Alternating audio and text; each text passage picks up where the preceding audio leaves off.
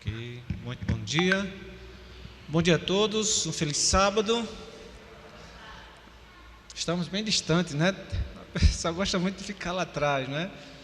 Sejam todos bem-vindos mais a uma escola sabatina, uma recapitulação da escola sabatina. Neste trimestre, nós estamos estudando o livro de Hebreus. Eu quero aqui mostrar para vocês a lição. Aqueles que não adquiriram, adquiram. Neste trimestre é um assunto bastante interessante, nós discorrermos sobre o livro de Hebreus, aquilo que traz a respeito da mensagem, a respeito da pessoa, do ser principal que é Cristo. E nossa lição de hoje, que é a terceira lição do trimestre, ela vem abordando um assunto interessante, mas antes eu quero que vocês vejam aqui o nosso irmão Wilton, não é? O nosso querido irmão Wilton, que está sempre aqui conosco. Nós carinhosamente chamamos de Severino, né? Entre nós. Severino 1 e 2.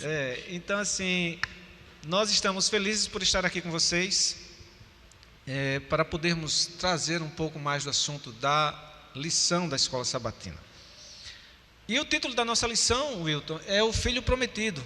E nós vamos fazer uma oração antes de podermos discorrer a respeito da lição da escola sabatina. Wilton, você poderia orar conosco, por favor? Oremos. Grande e eterno Pai, nas Tuas mãos nos entregamos nesse momento. E, ó Deus, que o Teu Santo Espírito haja em cada um de nós, que possamos entender a Tua palavra, possamos vivê-la e também pregar aos outros. Continua conosco. Já te agradecemos no nome de Jesus. Amém. Hoje a lição está sendo geral, porque nós temos um acometimento muito grande de pessoas gripadas, né? Alguns também estão viajando, e por alguns professores também estarem acometidos, nós reduzimos a quantidade de pessoas, e por isso nós iremos passar essa lição hoje geral. Então, aqueles que puderem comentar a respeito da lição, sinta-se à vontade. É uma lição bastante interativa, interessante. E tem coisas assim que importantes aqui que nós devemos prestar atenção, porque ela diz muito a respeito daquilo que nós cremos, daquilo que nós acreditamos.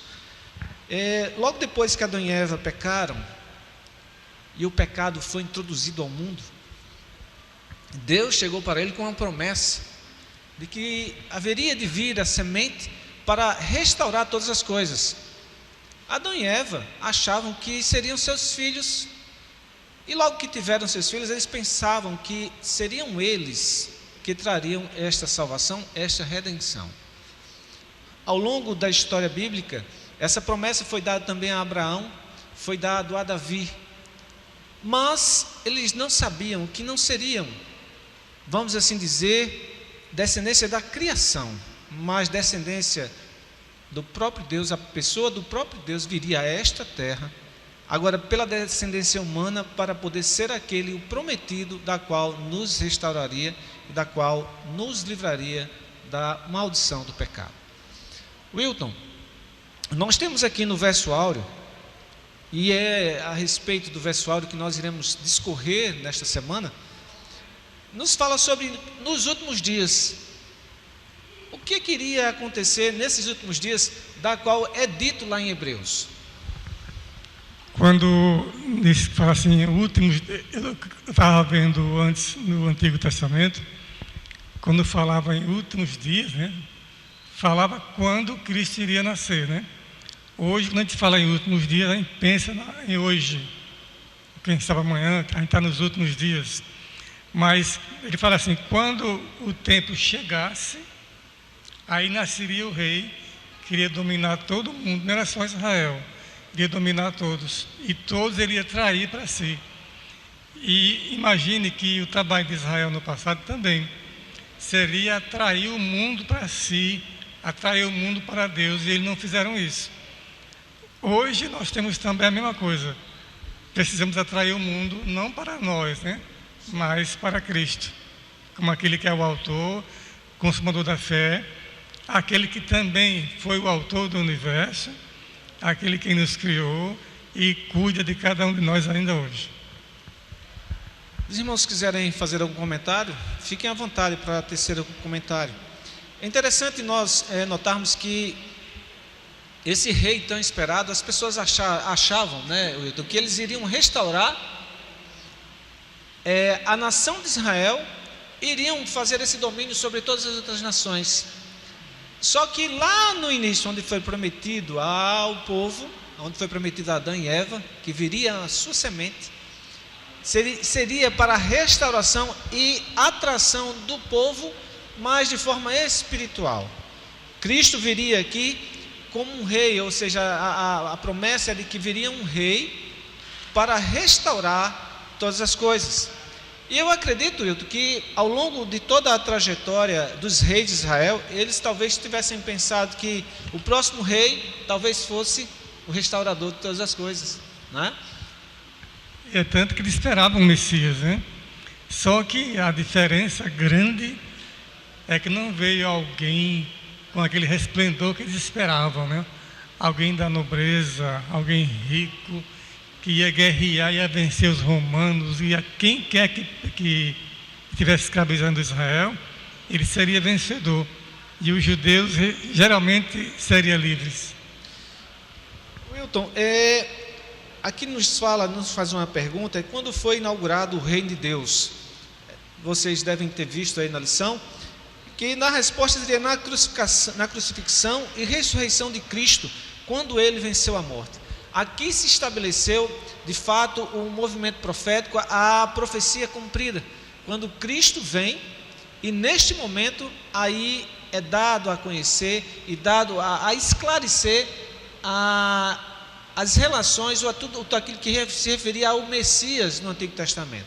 É importante nós notarmos, meus queridos, que a vinda de Cristo, a sua vida, os seus ensinos, trouxe claridade à mente dos discípulos e daqueles que seguiam a Cristo. Tanto é que eles passaram a entender, e diversas vezes Cristo dizia: vai ser necessário que aconteça isso, e muitas vezes eles não percebiam que se estava falando, Cristo estava se referindo a ele e os acontecimentos relacionados ao Antigo Testamento sobre o próprio Cristo. E muitos vieram a compreender isso de fato quando Cristo ressuscitou. Quando os discípulos, após a morte de Jesus, estavam indo no caminho de Emaús, né? Eles preocupados, contando, aí se aproximou alguém, né? Eles preocupados, mas o que é que há com vocês? Vocês parecem tristes. Você não soube o que aconteceu? Aquele que devia ser o Cristo o Salvador foi morto, crucificado.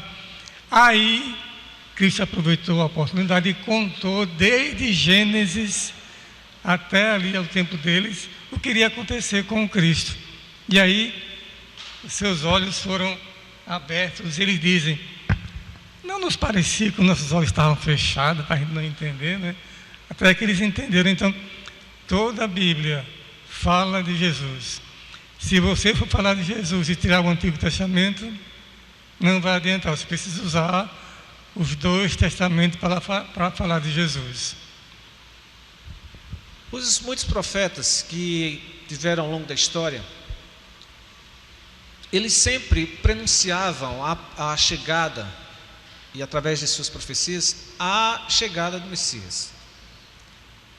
O povo tinha o conhecimento de Deus, daquilo que Deus queria, através dos profetas.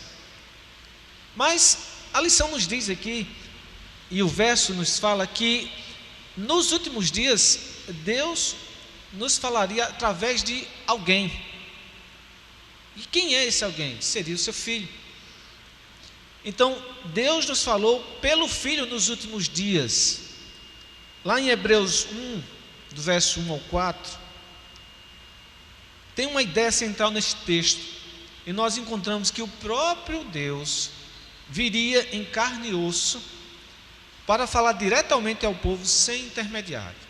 O povo tinha as mensagens através dos profetas, mas nesses últimos dias que estava relacionado à vinda de Cristo, Wilton, tinha a relação que falava de que o próprio Cristo, ele mesmo é quem viria falar diretamente ao povo, não precisaria de outras pessoas, ou seja, de outros profetas, das palavras de outros profetas. No parágrafo, terceiro parágrafo da parte de segunda-feira, vocês têm aí algo bastante interessante que eu gostaria de ler, Wilton. Diz aqui que a revelação divina por meio de Jesus, no entanto, foi superior à revelação de Deus que Deus fez por meio dos profetas, pois Jesus é um meio maior de revelação. Ele é o próprio Deus, que criou o céu e a terra e governa o universo. Para Paulo, a divindade de Cristo é inquestionável. Você vê aí em Colossenses 2, verso 9, que diz que em Cristo habitava corporalmente toda a plenitude da divindade. E eu lembrei de um verso, né? Que diz assim, lá em Apocalipse, aquele que era, que é e que há de ser. Essa linguagem se refere a Cristo. Aquele que era está no passado, aquele que é está no presente e o que há de ser está no futuro. Então Cristo também ele é Deus, ele é onisciente, e onipotente, onipresente.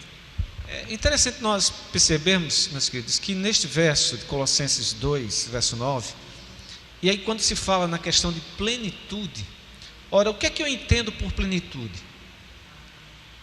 O que é que os irmãos entendem por plenitude? No microfone, Leila. Oi, bom dia. Algo que é completo, né? Que está assim, totalmente preenchido mesmo. Não, necessita de algum complemento? Nenhumzinho. Se eu digo que algo é pleno, é porque eu estou... Isso às vezes nós até lembrando assim do nosso cotidiano, quando alguém termina de comer, diz assim, eu estou pleno. Ou seja, eu estou satisfeito, eu cumpri tudo aquilo que meu organismo gostaria que fosse cumprido, ou seja, eu me alimentei e estou pleno, não é?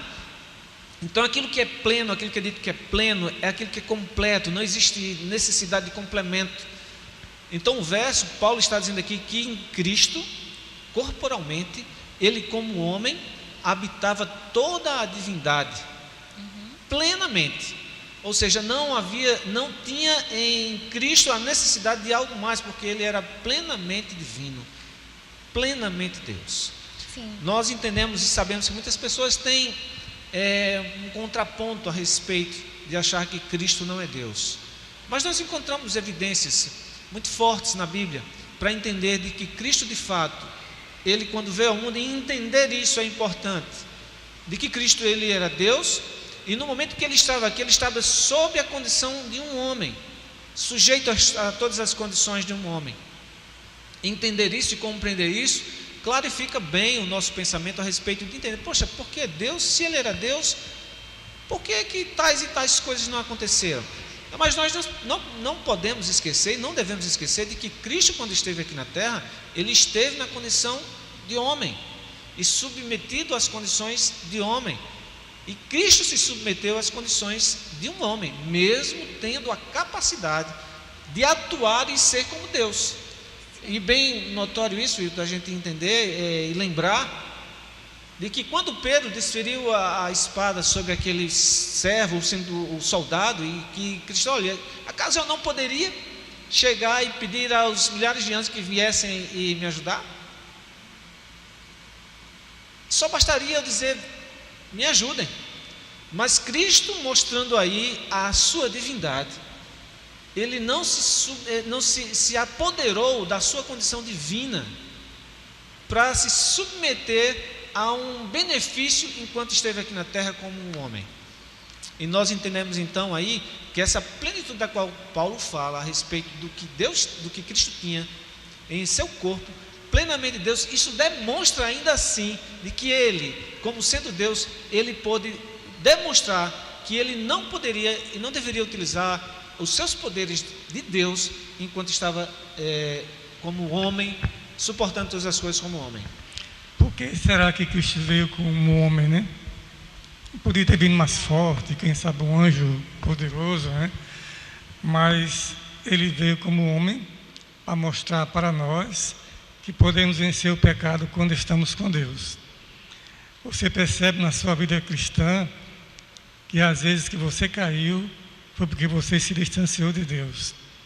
Então Cristo é um exemplo para nós, como homem estava sempre em comunhão com Deus, e isto não permitiu que ele caísse. Então, quando nós estamos com Deus, nós não caímos jamais.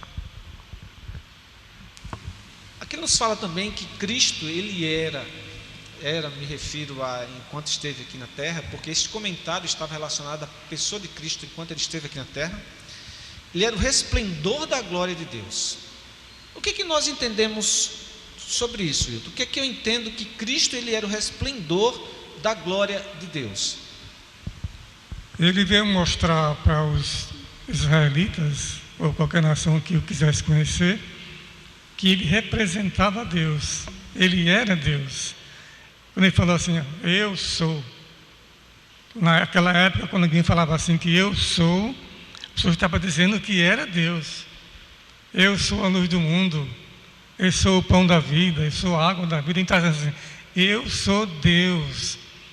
Não sei se os irmãos lembram lá no Egito, quando Moisés pergunta, mas aí, Senhor, quando me perguntarem quem é esse Deus, o que é que eu digo? Diga que eu sou, mandou você. Simplesmente. Então, o Deus que realmente era Deus, foi o Deus que disse assim, olha, eu sou. Isso quer dizer, quando fala que eu sou, é porque não há outro. Não é? Então, Cristo falava assim, geralmente, eu sou, porque ele dizia que ele era Deus. As Escrituras nos informam que Jesus é a luz que veio a este mundo. Ora, Cristo veio mostrar, e quando nós vemos lá a relação, quando alguns versículos messiânicos, em que se referia a Cristo, de que Ele era todas as coisas, de que era Deus conosco, não é? Vinha demonstrar de que Cristo vinha mostrar para as pessoas quem era Deus, isso de forma humana. Como Deus poderia demonstrar todo o seu ser, todo o seu caráter? Como é que ele poderia mostrar isso de forma que o homem pudesse entender de homem a homem? Eu só posso entender, Wilton, algo quando eu estou no mesmo nível que o outro indivíduo se encontra, porque eu tenho condições de entender as necessidades, suas necessidades, eu tenho condições de entender as suas condições, porque eu me coloco na mesma e estou na mesma condição do outro indivíduo. Se eu estou num patamar, vamos assim dizer, diferente, quem está aqui embaixo talvez não compreenda a situação ou o momento em que aquela outra pessoa se encontra. Interessante nós notarmos que Cristo, por ter essa divindade, ele se coloca na condição de homem, para que o próprio homem entenda e compreenda ele como sendo Deus e quem é Deus. E Cristo muitas vezes falou, ele disse, olha, eu e o Pai, quem vê a mim, vê ao Pai. Porque o discípulo perguntou assim, mostra-nos o Pai. Ele disse, você já me vê há muito tempo? Interessante, quer comentar, Leila? Pois não. Também me lembrei lá no Antigo Testamento, quando se tinha o próprio santuário, né? Sim. Que a Shekinah representava exatamente a glória de Deus ali entre o povo, né? Deus presente no meio do seu povo. E Deus, em Jesus, né? É a própria Shekinah, a própria expressão inteiro, né? É a presença de Deus. Essa questão da glória de Deus é a presença de Deus entre nós. Tanto que Jesus, lá em João 17, quando ele ora, né, a Deus, antes de ser levado para ser crucificado, ele pede que chegou a hora do Filho glorificar a ti, né? Então, que ele glorificasse a Deus e as pessoas assim se unissem a essa crença, né, de que ele realmente era o Deus encarnado que veio trazer salvação a todos e assim unissem as pessoas a ele. Então, a glória de Deus é a própria presença de Deus. E Jesus é a glória de Deus encarnada, né? Ele é conhecido por meio, Deus é conhecido por meio, Deus Pai é conhecido por meio de Cristo, quando veio aqui na terra. Ele se representa e se mostra, ele vem demonstrar de quem é o Pai. E as pessoas tinham uma dúvida muito grande, se perguntavam, né? Tanto é que fizeram essa pergunta a ele. Mas ele: estou aqui, você ainda não me viu, né? Estou demonstrando passo a passo em todas as minhas coisas, como se ele estivesse dizendo isso. Tudo que eu faço representa aquilo que Deus é para vocês. É através de mim que a luz que Deus é irradiada, né? Nós entendemos aqui que Cristo ele era o ponto de luz que iluminava a vida daquelas pessoas e era o ponto de luz que representava a Deus, Wilton. Eu estou fazendo agora um ano bíblico diferente. Às vezes eu leio a Bíblia em 2 anos, às vezes 3 anos, para conseguir ler toda, né? E a gente pega alguns pontos que antes a gente parece que passava direto. E a gente olha assim: como é que pode? Já li tantas vezes, eu nunca vi isso. Eu lembro que quando o Cristo passava em algumas aldeias e vilas, todas as pessoas eram curadas. Imaginem, pelo seu poder, pela sua aproximação com Deus, pessoas eram curadas. E alguém falava assim: nunca vimos tal coisa. E percebe-se que Cristo não usava todo o poder de Deus, né? Porque ele disse que ele se destituiu desse poder. Mas ele, como homem, como ser humano, mas a sua ligação com Deus permitia que isso acontecesse. Nós poderemos também, à semelhança de Jesus, porque ele disse assim: muitos sinais foram feitos, mas não foram contados todos na Bíblia, né? E aqueles que creem em mim farão muito mais coisas do que essa. Então, se permitirmos nos deixar que Deus nos use, nós podemos fazer grandes coisas. E Deus fará grandes coisas em nós e por nós também. Então é isso. Cristo como Deus, Cristo como ser humano, é dele que nós precisamos. Corra para onde correr, busque a felicidade em qualquer coisa, em casa nova, carro novo, tanta coisa por aí. Mas nós precisamos de Cristo. É dele que precisamos, é dele que nos movemos, é nele que existimos. Então precisamos crer que Cristo ele é tudo em todos nós. Kelly, eu queria também só acrescentar aqui, quando Paulo fala aos Éfesos, aqui em Efésios 1, no verso 17, está falando sobre, ele está orando, né, pelos cristãos. Ele diz assim: peço que o Deus de nosso Senhor Jesus Cristo, o glorioso Pai, lhes dê espírito de sabedoria e de revelação no pleno conhecimento dele. Aí lá no 20, ele diz assim, 1:20, Efésios: esse poder ele exerceu, né, Deus exerceu em Cristo, ressuscitando dos mortos e fazendo assentar-se à sua direita nas regiões celestiais, muito acima de todo governo e autoridade, poder e domínio, e de todo nome que se possa mencionar, não apenas nessa era, mas também na era que há de vir. Deus colocou todas as coisas debaixo de seus pés e o designou cabeça de todas as coisas para a igreja, que é o seu corpo, a plenitude daquele que enche todas as coisas e em toda e qualquer circunstância. Jesus veio aqui no sentido também de como Deus, né, encarnado, para justamente resgatar o que Adão tinha perdido lá no Éden, né? E essa autoridade que Deus dá a Jesus e Jesus conquista através da sua morte e ressurreição, né? Que não bastava morrer, precisava ressurgir para nos dar novamente esse direito. E aí não é que Jesus seja um Deus menor ou que seja criação de Deus, mas ele é nesse sentido quando fala, né, que Deus, lá no Salmo, que Jesus gerou ele, no sentido de dar autoridade enquanto rei diante daquilo que Adão tinha perdido. Então algumas pessoas ficam assim: mas lá no Salmo 2:7 fala que eu te gerei, né? Como assim? Mas é gerar no sentido desse poder que se retorna, né, para Deus. A gente vai comentar a respeito, viu, Lila, disso que você falou agora, sobre essa geração, né? O gerar. Wilton, como é que eu entendo que Deus fez o universo? Deus fez por meio dele o universo. Quem fez o universo? Quem criou a terra? Quem nos criou? Foi Deus ou foi Cristo? Quando alguém pergunta isso, e você vai para Gênesis, assim, façamos o homem. Como é que alguém diz façamos se está sozinho? Se fala assim, façamos no plural, é porque ele estava com o pai, sem tentar desmembrar aqui. Na época não existia filho. Filho veio após, quando Cristo nasceu, que foi chamado de filho, né? Mas ele já existia muito antes de ser criado o universo. Cristo já era Deus antes mesmo disso. A irmã White conta que Cristo se ofereceu para salvar o ser humano.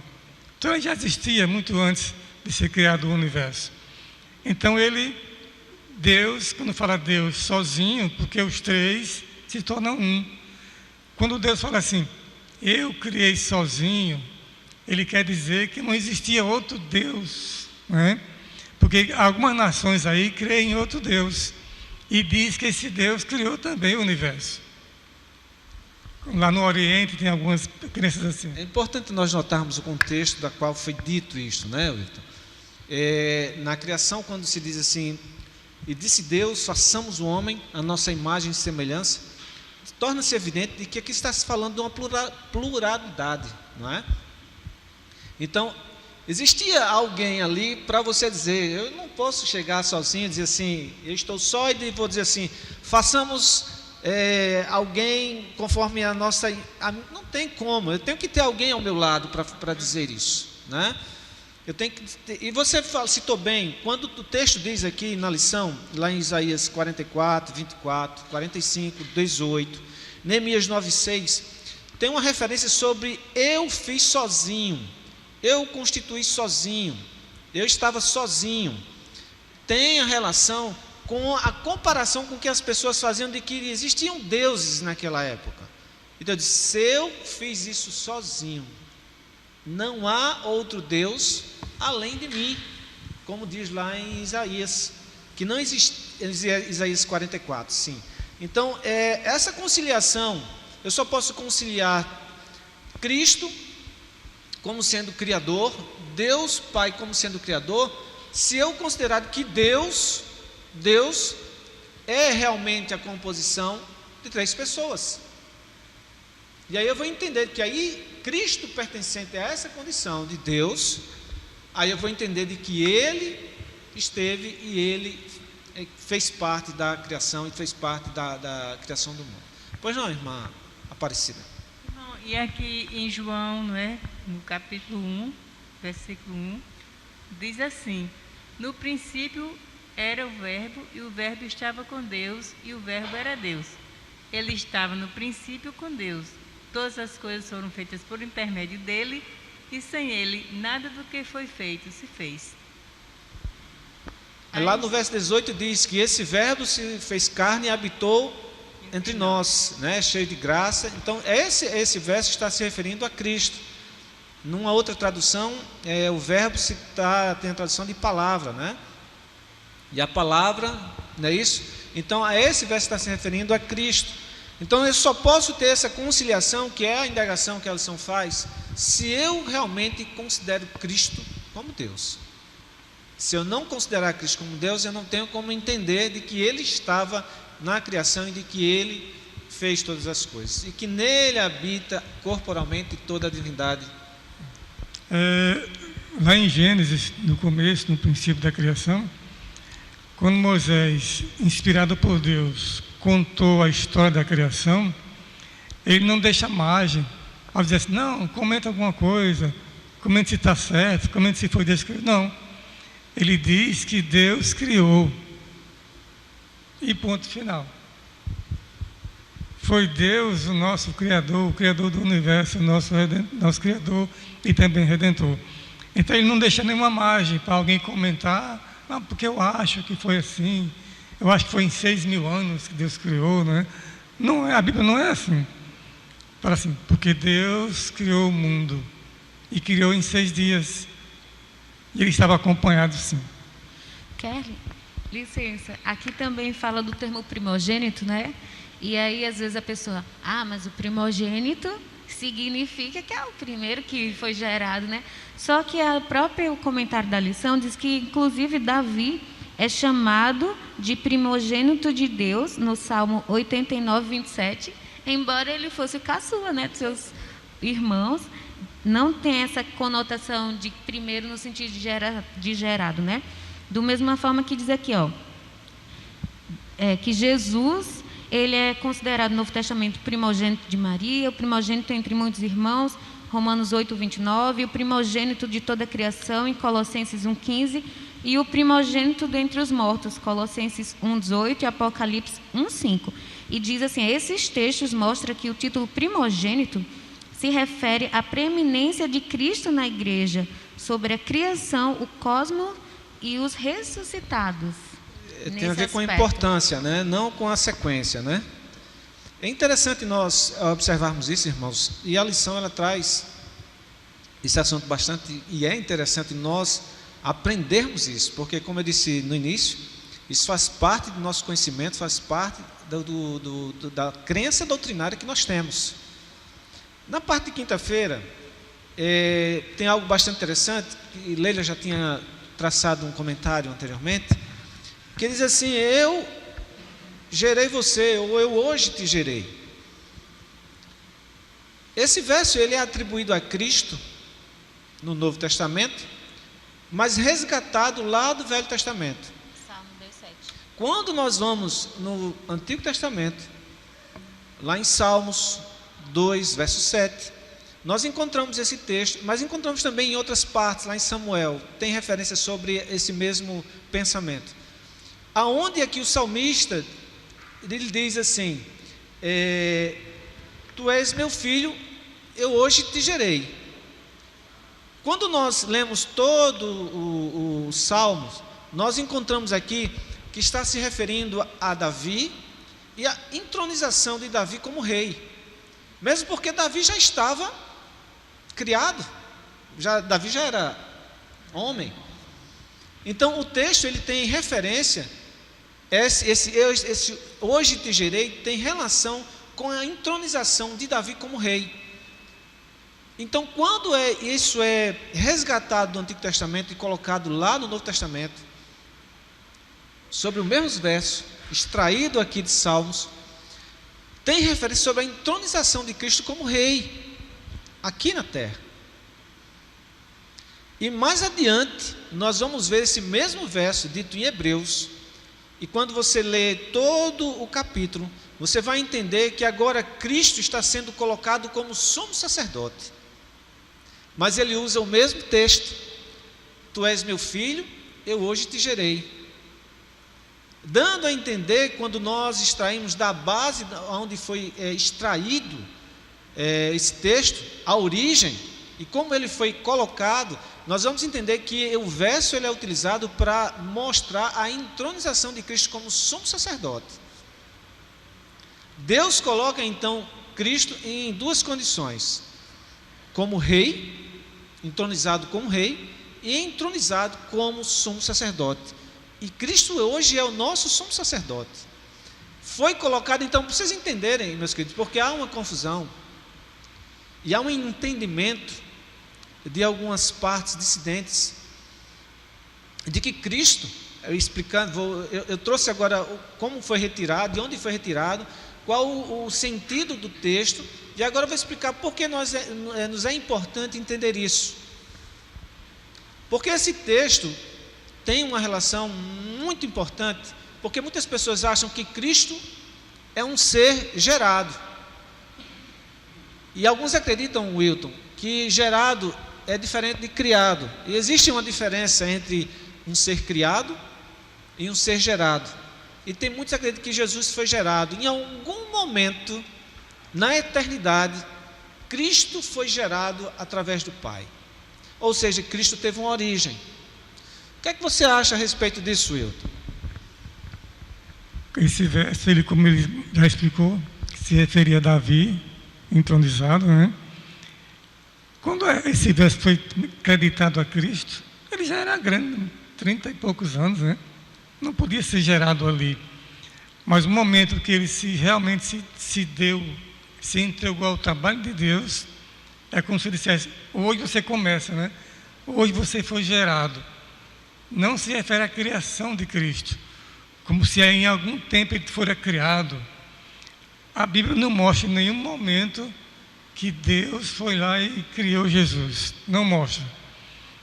Apenas nós, em nossa procura de muitas explicações, né, alguns vão lá e dizem, olha, ele foi criado, né? Não se sabe quando, mas foi criado. Quando na realidade não é. A nossa mente muito pequena procura às vezes explicar coisas que são inexplicáveis. Mas uma coisa é certa, nós sabemos que Deus, ele não tem amor, Ele é amor. Eu diria que a essência de Deus é dar. Ele deu o seu Filho, nos amou a tal ponto de se entregar por nós, vive para interceder por nós, e o mais importante, Ele quer que nós estejamos ao seu lado sempre. É tanto que nós somos convidados a estar lá no céu com Ele. Somos convidados a pertencer a esse reino, ao reino de Deus, que Ele disse, olha, o reino de Deus está próximo. E hoje está bem mais próximo do que nós imaginamos. Porque na época de Paulo, estava bem pertinho. E Paulo morreu há muito tempo.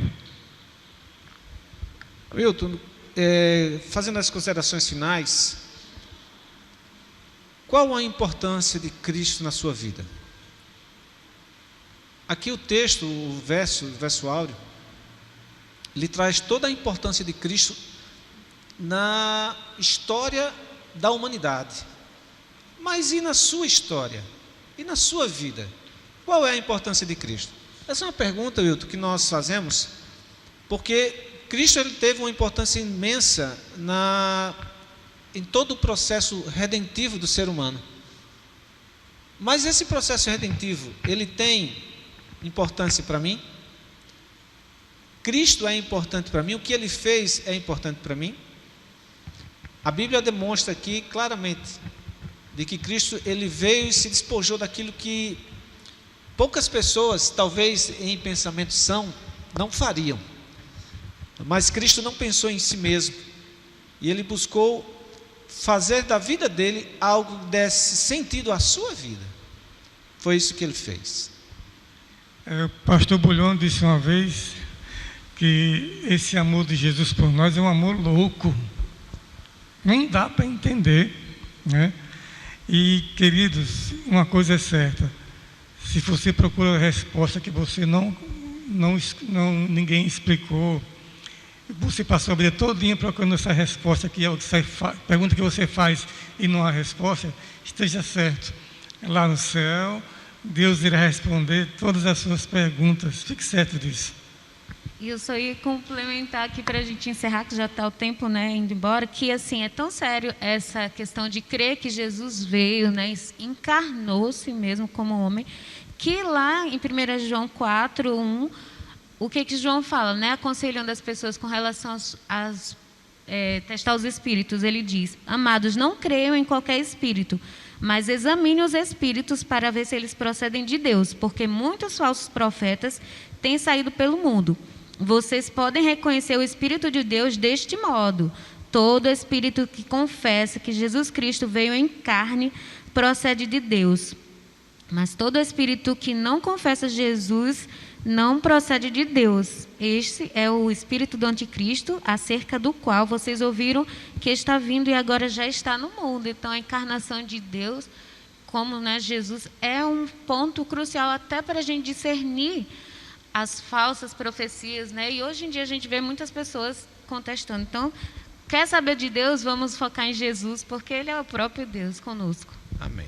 Irmãos, eu convido vocês então a fazermos a oração final e recomendo que vocês peguem essa lição. A lição é muito boa, tem muito aprendizado nesse livro de Hebreus. E eu peço a vocês que vocês realmente se dediquem ao estudo da lição da Escola Sabatina. Wilton, vamos orar? Oremos. Pai amado, eterno Deus, obrigado, Senhor, por mais este momento em que podemos abrir, Senhor, Tua palavra, conhecer um pouco mais de Ti, entender, Senhor, quem de fato és Tu, aprender o que Tu fizeste, Senhor, em prol dessa raça humana. Nós agradecemos, Senhor, porque a Tua bondade, ela nos atinge, a Tua bondade, Senhor, ela está sobre nós, e nós somos gratos a Ti por isso. Ó bondoso Deus, nos acompanhe, Senhor. Te pedimos que o Senhor nos ajude a te buscar de fato com o nosso coração e entendermos, Senhor, o propósito da tua vinda, tanto para o universo como para a nossa própria vida. Em nome de Jesus, amém.